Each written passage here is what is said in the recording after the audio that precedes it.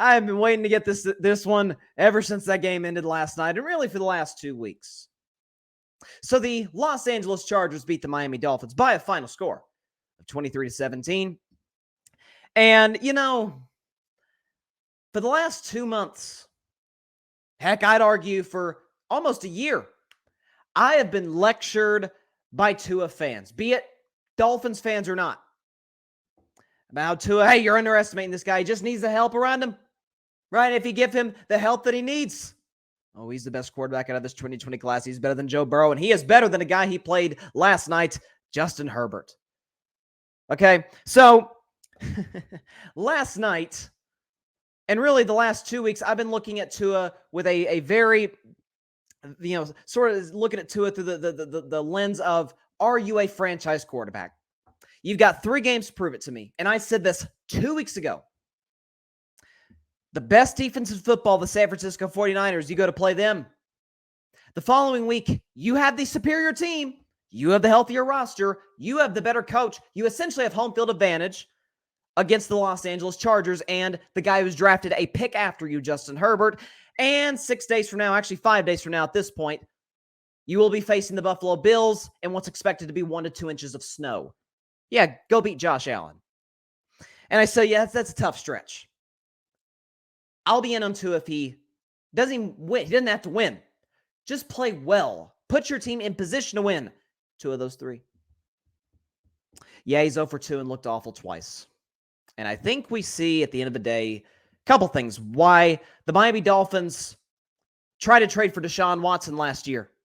A guy with all kinds of legal troubles, all kinds of red flags around him. Dolphins were like, yeah, we'd rather have him than Tua.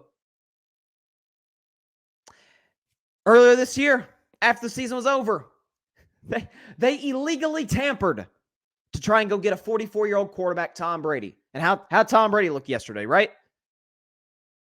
As opposed to go with the young guy, Tua. I have been lectured for 2 months about his accuracy. And once he gets these big boys, he'll go toe-to-toe with the 49ers, and he's better than Justin Herbert. Remember there's that whole thing about the Justin Herbert's the social media quarterback, which was absurd.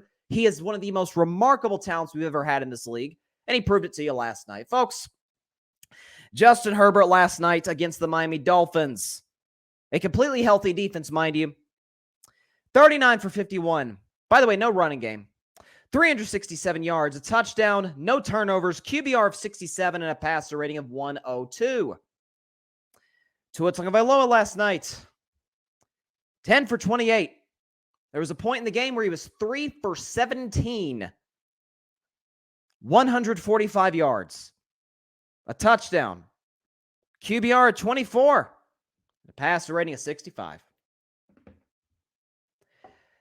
By the way, keep in mind that Tua was playing a defense that was missing 6 starters that already struggled to begin with. You look at the points the Chargers have given up this season, they've been gashed in the run game, in the pass game. And again, Tua, superior weapons, Tyreek Hill, Jalen Waddle. Superior coach, Mike McDaniel this season has outcoached Brandon Staley. I've never been a Brandon Staley guy. He had the better defense, at least the healthier defense. And essentially, if you ask, and I've checked all over social media, if you ask anybody who went to that game last night, they will tell you that was a Miami Dolphins home game, which, shocker, shocker, Chargers fans are few and far between. There's not that many of them. Justin Herbert is the only guy who has to plan the road every single game during the entire duration of the season. Whether he has to travel there by plane or just driving to the stadium, it's going to be a road game. He's going to have to deal with noise.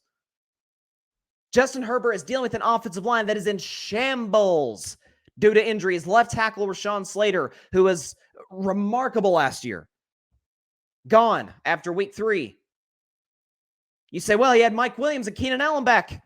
Yeah, this is the first game that they both have started and finished all season long. So the continuity isn't really there. His defense was missing 6 starters. His coach doesn't know what he's doing half the time. He showed you why one guy is a franchise quarterback and the other guy is, at best, at the very best, Kirk Cousins, Jimmy Garoppolo. He's one of those guys. Everything has to be absolutely perfect. The last 2 games, folks, as bad as Tua played, he had an opportunity with the ball in his hands, down 6 points. Both games. In the fourth quarter, down 6. Against the 49ers, what happened? Went down the field and turnover on downs. He threw an incomplete pass to Mike Gesicki on 4th and short. And then last night, what happens? Chargers kick a field goal after Justin Herbert misses a guy in the back corner of the end zone. We're like, okay, here you go. Here you go, Tua. This is your moment. 6 plays off the field, punt. Good night. Been trying to tell you all about this guy for a while. Listen, he's a good kid. Like I've never ever attacked his intangibles, his leadership. Locker room seems to really like him. Mike McDaniel likes him. But at what point are we going to sit back and recognize he's an extremely limited quarterback? If Tyreek Hill isn't running open by 15 yards just to give Tua enough space to underthrow him, if Jalen Waddle isn't consistently separating on every single play seemingly, if Mike Gesicki is not matched up against an undersized nickel corner in the red zone, and if there's no running game, it's just not going to work. By the way, you think I feel vindicated? How do you think Brian Flores feels? Brian Flores, who all season long has been attacked. You couldn't get the best out of Tua, Mike McDaniel could. Brian Flores is sitting back and saying, well, first of all, if I'd had Tyreek Hill, could have helped matters. And second of all, you see why I wasn't that high on Tua? Could their relationship have been better? Could Brian Flores have handled it better? Sure, he could have. But there's a reason he was never sold on Tua. There's a reason he tried to go get Deshaun Watson, despite his legal issues. There's a reason the Dolphins literally got their owner suspended, going after a 44-year-old quarterback because they didn't trust Tua. Folks, when I evaluate quarterbacks, and I am no coach. I'm going to go ahead and be upfront and honest about that. I am no coach. When it comes to X's and O's, I know stuff here and there, not even in close to the same level as a football coach would. But when it comes to football, when it comes to anything that's very complicated and nuanced, I always rely on the experts. Always. Football's no different. And few football coaches I would deem an expert the way I would Bill Parcells. And Bill Parcells had a rule, talked about it all the time on this show when it comes to evaluating quarterbacks. Year 1, it's a development year. It's the rookie year. They're just trying to get used to the NFL. We've seen a lot of great quarterbacks in this league. Think about Josh Allen. Josh Allen sucked his rookie year. I mean, he was awful. Look at him now. He's one of the 2 or 3 best quarterbacks in football. It's a process. But year 2, you want to see a steady improvement from year 1. You want to see, like, okay, we probably have our guy, but he's getting better. If you're still not there by year 3, we got to cut bait. Am I suggesting the Dolphins need to cut bait with Tua? No, unless they have a better option. Now, if they have a better option out there, then by all means, go for it. But I doubt they do. But this is the reality of when you draft a limited quarterback. If the situation in the game, if the game plan is not absolutely perfect, it's just not going to work. A franchise quarterback, which Justin Herbert clearly and obviously is, comes in when his top 2 receivers, both, by the way, extremely talented. Both Keenan Allen, Mike Williams especially. I loved Mike Williams out of college at Clemson. Okay, he was a matchup nightmare. But this is the first game that those 2 guys have started and finished. So being able to finally build that continuity, in week 14, with 6 defensive starters down. So you know you're going to have to move the ball down the field consistently, eat the clock. When you don't get a running game, so you have to throw the ball 50-plus times. You don't turn the ball over. You play efficient football. You make some outstanding throws. The throw across the field, I think it was it to Josh Palmer? I forgot who it was to. It was a beautiful throw down the sideline. Okay, the throw he made on that 9-yard pass to Keenan Allen, it might have just been a 9-yard pass, but it was maybe the throw of the weekend made by Justin Herbert. So it's kind of like, and I talked about this on social media last night, it's kind of like when 3 weeks ago there was this, who's better? Is it Dak Prescott? Is it Kirk Cousins? Hey, their numbers are eerily similar. Yeah, Dak then went to Minnesota and thrashed Kirk Cousins 40-3, and it was like, okay, let's stop with this. Despite, by the way, Kirk Cousins had the superior roster and the superior coach. Same case here. Justin Herbert, inferior coach. Inferior talent in terms of being healthy offensively, especially in the offensive line.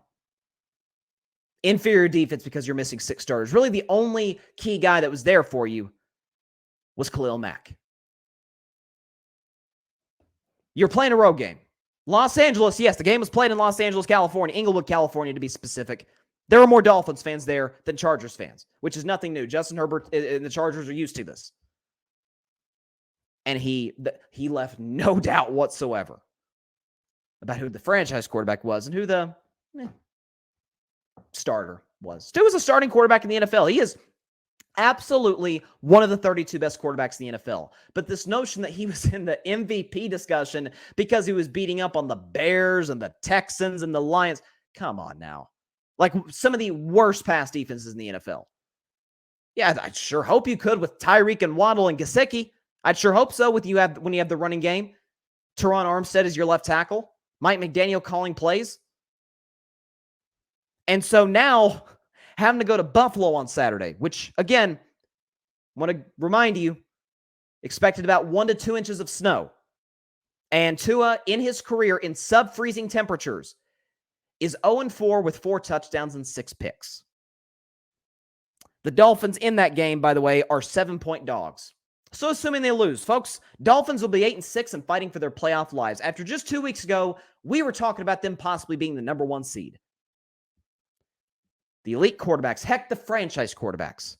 With those weapons, with this roster, with that coach, got to win these games. Got to win these games. So I don't want to ever hear again about this Tua Herbert debate. It's ridiculous. You don't think the Dolphins upper management every single day regrets not taking Justin Herbert with the 5th pick instead of Tua? Yeah, I guarantee you they do. So this is it's not even a debate at this point. And this is the God's truth, folks. Part of what's fun about carving it up, part of what's fun about just talking sports in general is when you meet up with a person, be it online, be it wherever, and you strongly disagree with them about something. And so you maybe get into a spirited debate. That's what's fun in sports. I mean, it's not life or death here. This is what makes it fun.